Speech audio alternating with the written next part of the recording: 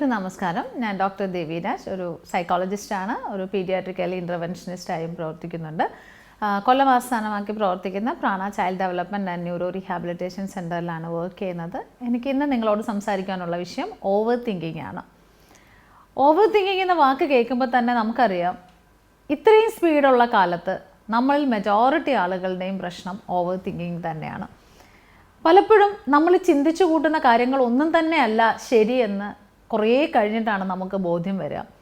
നമ്മൾ ഓരോ വ്യക്തികളെയും ഒന്ന് നോക്കിക്കഴിഞ്ഞാൽ 99% ആളുകളും ഒന്നുകിൽ പണ്ട് നടന്നു പോയ പല കാര്യങ്ങളെയും കുറിച്ച് ആലോചിച്ച് അന്ന് ഞാൻ അങ്ങനെ ചെയ്തു പോയല്ലോ, എന്നാലും അത് ഭയങ്കര കഷ്ടമായി പോയല്ലോ, അന്ന് കണ്ടവരെന്ത് വിചാരിക്കും, കേട്ടവരെന്ത് വിചാരിക്കും, എന്നാലും എൻ്റെ ജീവിതം ഇങ്ങനെ ആയിപ്പോയല്ലോ, ഇങ്ങനെയൊക്കെ ചിന്തിച്ച് വെറുതെ സമയം കളയുന്നതായിട്ട് നമുക്ക് കാണാം.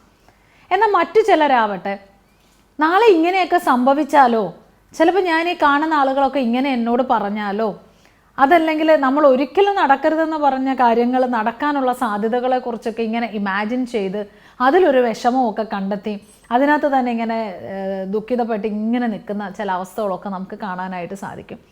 അപ്പം നമ്മൾ നോക്കിയാൽ കൂടുതൽ ആളുകളും ഒന്നുകിൽ പാസ്റ്റ് ഓർത്ത് വിഷമിക്കുന്നു, അല്ലെങ്കിൽ ഫ്യൂച്ചർ ഓർത്ത് ഇങ്ങനെ ഊഹിച്ച് കണ്ടെത്തിയിട്ട് ഫ്യൂച്ചറിനെ കുറിച്ച് ഓർത്ത് വിഷമിച്ചിരിക്കുന്നു. യഥാർത്ഥത്തിൽ നമ്മൾ ജീവിക്കുന്നത് ഇന്നത്തെ കാലഘട്ടത്തിലാണ്, പ്രസൻറ്റിലാണ്. നമ്മൾ ആരും പ്രസൻറ്റിൽ ജീവിക്കുന്നില്ല എന്നുള്ളതാണ് സത്യം.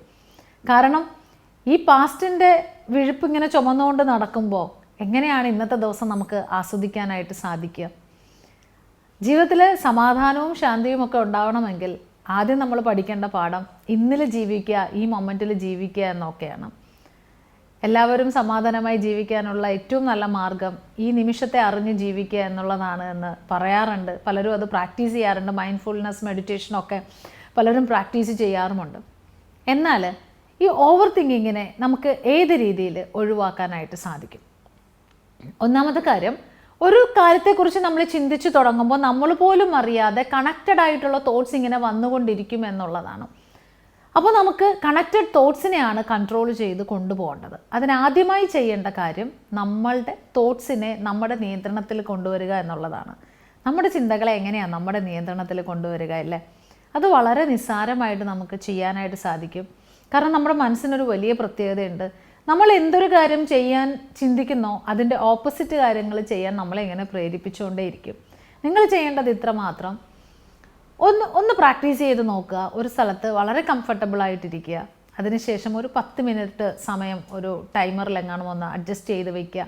അതിനുശേഷം ഈ 10 മിനിറ്റ് കൊണ്ട് നിങ്ങളുടെ മനസ്സിലേക്ക് വരുന്ന ചിന്തകളെ ഒന്ന് കൗണ്ട് ചെയ്ത് നോക്കുക. നിങ്ങൾ ചിന്തകളുടെ പുറത്ത് ചിന്തകളിലേക്ക് കോൺസെൻട്രേറ്റ് ചെയ്യുന്നതിന് പകരം ചിന്തകളുടെ എണ്ണത്തിലേക്ക് കൗണ്ട് ചെയ്യാൻ ശ്രമിക്കുമ്പോൾ നിങ്ങളുടെ മനസ്സ് ഒരു വലിയ ചേഞ്ചിലേക്ക് പോകുന്നതായിട്ട് കാണാം. കാരണം നിങ്ങൾക്ക് എണ്ണാൻ വേണ്ടിയിട്ടുള്ള ചിന്തകളെ വിട്ടുതരാത്തൊരവസ്ഥ നിങ്ങൾക്ക് കാണാനായിട്ട് സാധിക്കും. ഗ്രാജുവലി ഒരു സമയത്തിരുന്ന് ഒരുപാട് ചിന്തിച്ചുകൊണ്ടിരുന്ന നമ്മൾ ചിന്തകളുടെ എണ്ണത്തിൽ ഫോക്കസ് ചെയ്യുന്നതിനനുസരിച്ച് ചിന്തകളുടെ എണ്ണം കുറഞ്ഞു വരുന്നതായിട്ട് നമുക്ക് കാണാനായിട്ട് സാധിക്കും. ഇത് വളരെയേറെ ആളുകൾ പ്രാക്ടീസ് ചെയ്ത് സക്സസ് ആയിട്ടുള്ള ഒരു ടെക്നിക്ക് തന്നെയാണ് ഈ നമ്മുടെ മനസ്സിൽ വരുന്ന ചിന്തകളെ കൗണ്ട് ചെയ്യുക എന്ന് പറയുന്നത്. അപ്പോൾ അത്തരം ഒരു ടെക്നിക്ക് നിങ്ങൾക്ക് ഉപയോഗിക്കാൻ പറ്റുന്നതാണ്. രണ്ടാമത്, ഓവർ തിങ്കിങ് അവോയ്ഡ് ചെയ്യാനുള്ളൊരു വഴി എപ്പോഴും എൻഗേജ്ഡ് ആയിട്ടിരിക്കുക എന്നുള്ളതാണ്. നമ്മൾ എവിടെയെങ്കിലും ഐഡിലായിട്ടിരിക്കുന്നത് കൊണ്ടല്ലേ നമുക്ക് ചിന്തകൾ കൂടുതലായിട്ട് വരുന്നത്. അതിനപ്പുറത്തേക്ക് നിന്ന് നമ്മൾ മറ്റുള്ളവരുമായിട്ടൊന്ന് സഹകരിക്കാനായി ഇറങ്ങിത്തിരിക്കുമ്പോൾ, അല്ലെങ്കിൽ എന്തെങ്കിലുമൊക്കെ പുതിയതായി കാര്യങ്ങൾ പഠിക്കാനായിട്ടൊക്കെ നമ്മൾ ഇറങ്ങിത്തിരിക്കുമ്പോൾ നമ്മൾ ഒറ്റയ്ക്ക് നമുക്ക് വേണ്ടി കാണുന്ന ആ ഒരു പേഴ്സണൽ സ്പേസ് എന്ന് പറയുന്നത്, വെറുതെ അൺവാണ്ടഡ് ആയിട്ട് ചിന്തിച്ചുകൊണ്ട് കളയുന്ന ഈ ഒരു പേഴ്സണൽ സ്പേസ് എന്ന് പറയുന്നത് ഇല്ലാതാവുകയും മറ്റുള്ളവരും മറ്റു കാര്യങ്ങളുമൊക്കെ ഗ്രാജുവലി നമ്മുടെ ചിന്തകളിലേക്ക് കടന്നു വരികയും നമ്മുടെ ചിന്തകൾ ഒന്നിലേക്ക് ഫോക്കസ് ചെയ്യുന്നതിന് പകരം ഒരുപാട് കാര്യങ്ങളിലേക്ക് ഫോക്കസ് ചെയ്യുന്നതുമായിട്ടും നമുക്ക് കാണാനായിട്ട് സാധിക്കും. അവിടെ തന്നെ ചിന്തകൾ ഇങ്ങനെ ക്രൗഡഡ് ആയിട്ട് കാണുന്നതിന് പകരം കുറച്ചും കൂടെയൊക്കെ എന്താ പറയുക, നല്ല തെളിമയോടുകൂടി നമുക്ക് അനുഭവിക്കാൻ പറ്റുന്ന ഒരു അവസ്ഥയിലേക്ക് പോകുന്നതായിട്ട് കാണാം. മൂന്നാമത് നമ്മൾ ചെയ്യേണ്ട ഒരു കാര്യം, ഈ ചിന്തകളെ കൺട്രോൾ ചെയ്യാനുള്ള ഏറ്റവും വലിയ വഴി എന്ന് പറയുന്നത് എവിടെയെങ്കിലും ഒന്ന് കാമായിട്ടിരിക്കാൻ കുറച്ച് സമയം പ്രാക്ടീസ് ചെയ്യുക എന്നുള്ളതാണ്. അത് നമുക്ക് വളരെ ബുദ്ധിമുട്ടുള്ള ഒരു കാര്യമാണ്. അപ്പോൾ ഞാനീ പറഞ്ഞിട്ടുള്ള 3-4 കാര്യങ്ങൾ ഞാൻ പറഞ്ഞിരുന്നു. ഇതൊക്കെ നിങ്ങളൊന്ന് പ്രാക്ടീസ് ചെയ്യാൻ നോക്കുക. എല്ലാ കാര്യങ്ങളും നിങ്ങൾ ചെയ്യണം എന്നില്ല, പക്ഷെ 1-2 കാര്യങ്ങൾ നിങ്ങളൊന്ന് ചെയ്യാൻ ശ്രമിച്ചാൽ തീർച്ചയായിട്ടും നിങ്ങളുടെ ഓവർ തിങ്കിങ്ങിനെ മാറ്റിയെടുക്കാൻ സാധിക്കും. കാരണം കഴിഞ്ഞ കാലം എന്ന് പറയുന്നത് എപ്പോഴും നമുക്കൊരു അനുഭവമാണ്.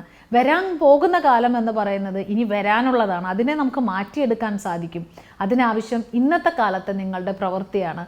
അപ്പോൾ ഇന്നത്തെ കാലത്തൊന്ന് മൈൻഡ്ഫുൾ ആയിട്ടിരിക്കുകയാണെങ്കിൽ നല്ല പ്രവൃത്തികൾ ചെയ്യാനും നല്ലൊരു ഭാവിയെ ക്രിയേറ്റ് ചെയ്യാനും സാധിക്കും.